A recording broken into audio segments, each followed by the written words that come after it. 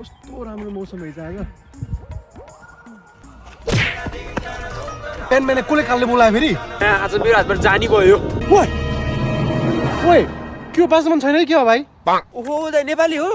हो नि भाइ तिमी नेपाली हो हो नि दाइ ओ अनि भाइको पहाड घर चाहिँ कहाँ हो नेपालमा मेरो त पोखरा दाइ तपाईको चाहिँ कता हो र म चाहिँ त्यही यस्तो धादिङतिरबाट बाबु ए अनि क्यानाडामा चाहिँ कता बस्नुहुन्छ म त यही माउन्टेनको लाइब्रेरी नजिकै बस्छु भाइ यार तिमी चाहिँ कता बस्छौ ए हो र दाइ मेरो नि त्यही त हो नि हो र भाइ कस्तो कोइन्सिडेन्स यार तिम्रो स्ट्रिट चाहिँ कुन भन त भाइ मेरो त 27 स्ट्रिट हो दाइ गयो गयो गयो के भइरहेको हो मेरो पनि त 27 हो त भाइ यार तिम्रो घर नम्बर भन त कति हो घर चाहिँ मेरो चाहिँ 27 स्ट्रिट हो नि दाइ ल